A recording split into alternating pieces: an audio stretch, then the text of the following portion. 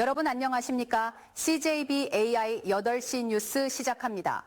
유흥주점이 즐비했던 청주 내덕동 밤고개가 문화와 예술의 거리로 새롭게 변신하고 있습니다. 이곳에 청주공예창작지원센터가 문을 연 지도 100일이 됐습니다. 지역 공예 작가들의 창작 공간뿐만 아니라 예술인과 시민이 함께 어우러지는 문화 공간으로서의 역할을 하고 있다고 합니다. 이민아 기자입니다. 한때 청주의 대표적인 유흥가였던 밤고개는 연초제조창 폐쇄와 함께 쇠락하면서 을씨년스러운 모습으로 남아있었습니다. 하지만 지난 7월 청주공예창작지원센터가 들어서면서 변화가 시작됐습니다. 청주시가 16개의 유흥주점 건물을 매입해 공예거리를 조성한 겁니다.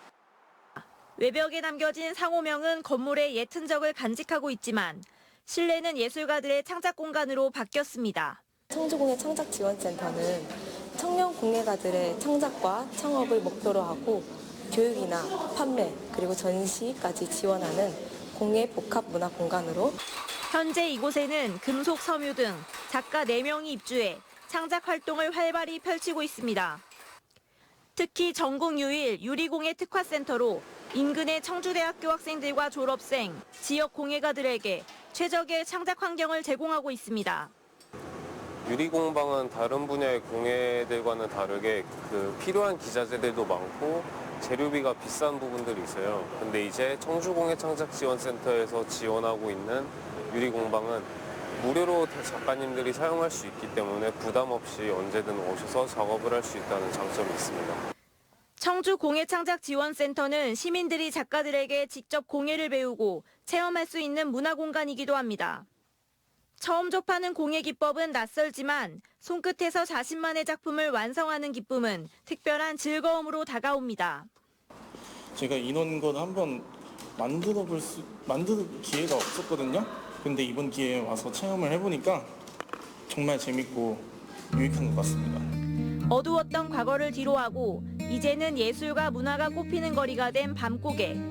그 중심에 공예도시 청주의 핫플레이스로 자리 잡은 청주공예창작지원센터가 있습니다. CJB 이민아입니다.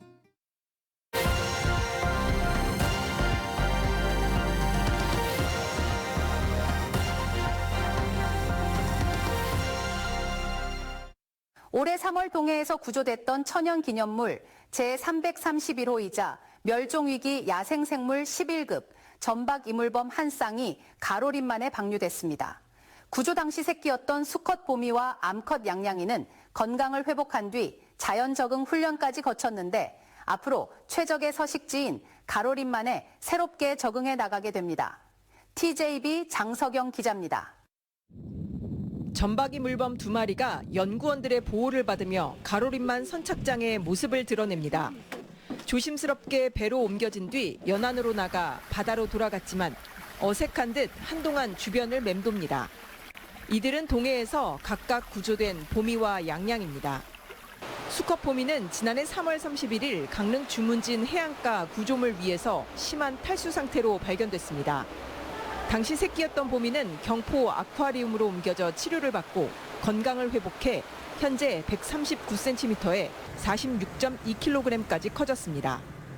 암컷 양양이도 지난 3월 22일 양양군 물치항 인근 해안가에서 기력이 저하된 상태로 표류하다 구조됐으며 서울대공원에서 치료를 받고 80cm, 43.6kg까지 성장했습니다. 이후 4월부터 두 개체는 울산 고래 생태체험관으로 옮겨져 활어, 사냥 등 자연 적응 훈련을 받았으며 모두 자연 방류 적합 판정을 받았습니다. 되게 어린 개체들이거든요. 그래서 이제 무리를 따라가다가 길을 잃었거나 아니면 몸이 되게 지쳐서 이제 올라서 쉴 곳을 찾고 있는 상황이었을 것으로 추측이 됩니다. 국립해양생물자원관은 얕은 수심에 모래톱이 잘 형성되어 있고 먹이가 풍부한 가로림만을 비교적 어린 두 전박이 물범의 최적의 서식지로 꼽아 방류 장소로 정했으며 몸에 위성 추적 장치를 부착해 지속적으로 모니터링을 실시하기로 했습니다. 매만이고 또 물범이 서식하고 있는 안정적인 공간이고 특히 어린 개체이기 때문에 백령도보다는 가로림에 풀어주는 게 조금 더 안정적이겠다 생각을 해서 가로림에 풀기로 했습니다. 다만 질병과 부상을 얻거나 부적응으로 영양 상태가 나빠져 생존이 어려운 경우 등에는 해양생물보호위원회의 승인을 받아 재포획한다는 방침입니다. TJB 장석영입니다.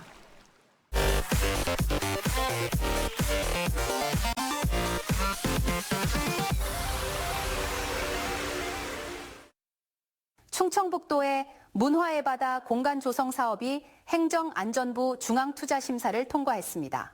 이 사업은 문화체육관광부와 충북도가 절반씩 사업비를 투입해 원도심을 활성화하는 프로젝트로 내년 말 착공을 시작으로 27년 완공을 목표로 하고 있습니다. 이번 사업을 통해 충북도는 충무시설로 사용되던 지하 벙커를 문화체험 공간으로 활용하고 대성로 122번 길에 문화관광 거리를 조성할 계획입니다. 야간이나 휴일에도 문을 여는 충북 지역 달빛 어린이병원의 운영 확대를 위한 조례안이 의회를 통과했습니다. 달빛 어린이병원은 18세 이하 경증 소아 환자가 평일 야간과 공휴일에도 의료 서비스를 받을 수 있는 공공심야 어린이병원으로 현재 충북은 청주 4곳과 충주 1곳의 병의원이 참여하고 있습니다. 이상식 의원이 발의한 조례안은 도지사가 병원의 야간, 휴일 진료에 소요되는 경비를 예산 범위에서 지원할 수 있고 협력 약국에 대해서도 경비 지원이 가능하도록 하는 근거를 담고 있습니다. 청주시의회가 청주시 중대재해 예방 및 관리에 관한 조례안을 입법 예고했습니다. 이 조례안은 지자체장에게 중대재해에 대한 예방 역할과 책임을 부여하기 위한 조치로 이에 따라 청주시장은 매년 중대재해 예방과 대응에 필요한 정책을 수립, 추진하고 필요한 행정적, 재정적 지원을 하도록 노력해야 합니다. 이 조례안은 이번 주 청주시의회 임시회 심의를 거쳐 시행될 예정입니다.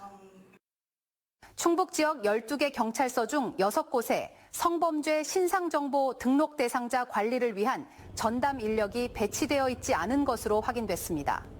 더불어민주당 한병도 의원이 경찰청으로부터 제출받은 자료에 따르면 괴산과 단양, 보은, 영동, 옥천, 진청 경찰서에는 성범죄와 관련한 신상정보 등록 대상자의 관리 전담 인력이 미배치된 것으로 나타났습니다.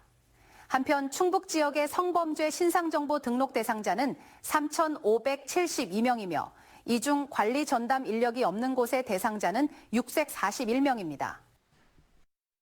오송화장품 뷰티 산업 엑스포가 막을 내렸습니다. 이번 행사에서는 154개의 참가 기업과 36개국 729명의 국내외 바이어가 수출 상담 등 활발한 비즈니스 활동을 진행했으며 5일 동안 10만 450명이 다녀간 것으로 집계됐습니다. 올해 행사에서 성사된 수출 계약은 159억 원 규모로 지난해보다 2.5배 늘어났으며 현장 판매 실적도 작년 대비 1.5배 증가한 15억 8천만 원을 기록했습니다.